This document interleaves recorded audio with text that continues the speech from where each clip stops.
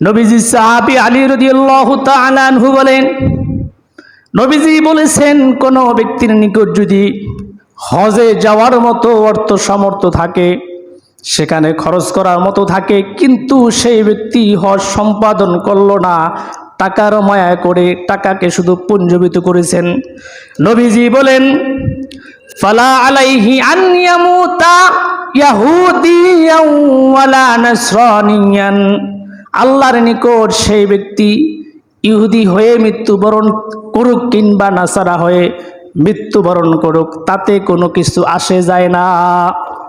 অর্থাৎ কোনো ব্যক্তির নিকট যদি হজ করার মতো সামর্থ্য থাকে, ব্যাংকে টাকা পড়ে রয়েছে হজ ফরজ, কিন্তু হজ সম্পাদন করে না, গয়না রয়েছে অনেকগুলো, বিক্রি করলে হজ করতে পারবে, হজ ফরজ কিন্তু হজ আদায় করে না, কিছু পরিত্যক্ত সম্পত্তি রয়েছে অতিরিক্ত, বিক্রি করলে হজ সম্পাদন করতে পারবে, কিন্তু হজ করে না টাকার মায়া করে।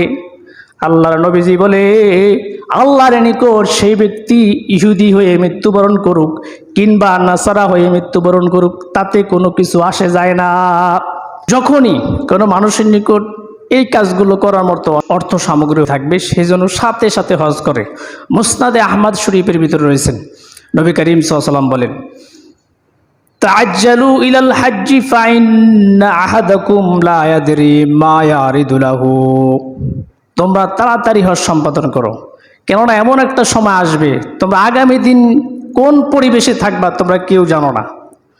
অর্থাৎ আমি মনে করি আমার কাছে এখন টাকা আছে, আমি আগামী বছর হজ করব, কিন্তু আগামী বছর পর্যন্ত আমি বাঁচবো কি বাঁচবো না এর কোনো নিশ্চয়তা আছে? একটা মিনিটের তো মানুষের কোনো নিশ্চয়তা নাই। এই জন্য নবী বলে, যখনই তোমাদের কাছে এই পরিমাণ অর্থ থেকে থাকে, সাথে সাথে হজ করে ফেলো।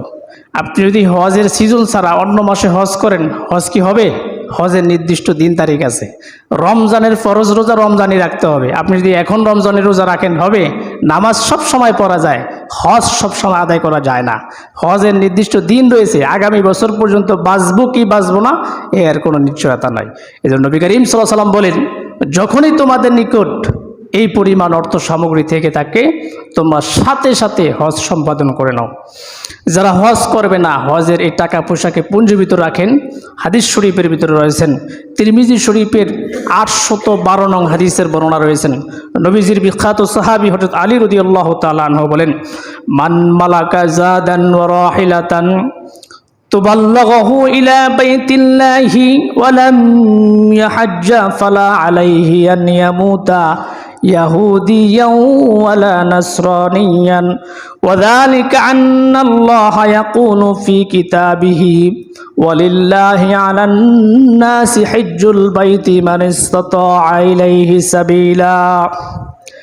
নবীজি সাহাবী আলী রাদিয়াল্লাহু তাআলা আনহু বলেন, নবীজি বলেছেন, কোন ব্যক্তির নিকট যদি হজে যাওয়ার মতো অর্থ সামর্থ্য থাকে, সেখানে খরচ করার মতো থাকে, কিন্তু সেই ব্যক্তি হজ সম্পাদন করলো না, টাকার মায়া করে টাকাকে শুধু পুঞ্জীভূত করেছেন, নবীজি বলেন, ফালা আলাইহি আন ইয়ামুতা ইয়াহুদিয়ান ওয়ালা নাসরানিয়ান, আল্লাহর নিকট সেই ব্যক্তি ইহুদি হয়ে মৃত্যুবরণ করুক কিংবা নাসারা হয়ে মৃত্যুবরণ করুক, তাতে কোনো কিছু আসে যায় না।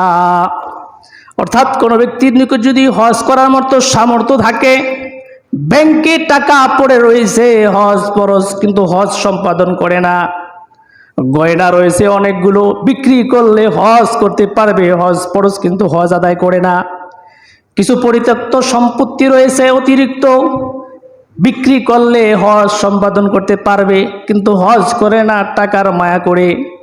আল্লাহর নবীজি বলে, আল্লাহর নিকট সেই ব্যক্তি ইহুদি হয়ে মৃত্যুবরণ করুক কিংবা নাসারা হয়ে মৃত্যুবরণ করুক, তাতে কোনো কিছু আসে যায় না। কি ধমক সুরে বলেছেন আল্লাহ নবী সাল্লাল্লাহু আলাইহি ওয়াসাল্লাম, যে হজ করার মতো অর্থ সামগ্রী সব কিছু রয়েছে, হজ করলো না, তার ব্যাপারে আল্লাহর কোনো ভূমিকা নাই। সে ইহুদি হয়ে মরুক কিংবা নাসারা হয়ে মরুক, তাতে আল্লাহর কিছু আসে যায় না। আবার এই আয়াতে আল্লাহ তাআলা কি বলেছেন? সূরা হজ্জের 97 নং আয়াতে আল্লাহ বলে, যারা হজ সম্পাদন না করে তাদের প্রতি তাদের জেনে রাখা উচিত, তাদের বোঝা উচিত, আমি আল্লাহ দুনিয়ার কোনো মানুষের প্রতি মুখাপেক্ষী না। এখানেও আল্লাহ তাআলা ধমক দিয়েছেন। এই জন্য আমাদের উচিত, যাদের সামর্থ্য রয়েছে এখন আমরা হজ সম্পাদন করি নাই। হজ এটি আল্লাহ তাআলার ফরজ বিধান। আজকে নামাজ যে কারণে পড়তে এসেছি সেই কারণে আমরা হজ সম্পাদন করব। নামাজ যেমন গুরুত্বপূর্ণ একটি ইসলামের রুকন, হজও একটি ইসলামের বড় ধরনের একটি রুকন, ফরজ বিধান। আমরা এই হজ সম্পাদন করব ইনশাআল্লাহ। আল্লাহ তাআলা আমাদের প্রত্যেককে হজ সম্পাদন করার তৌফিক দান করুক।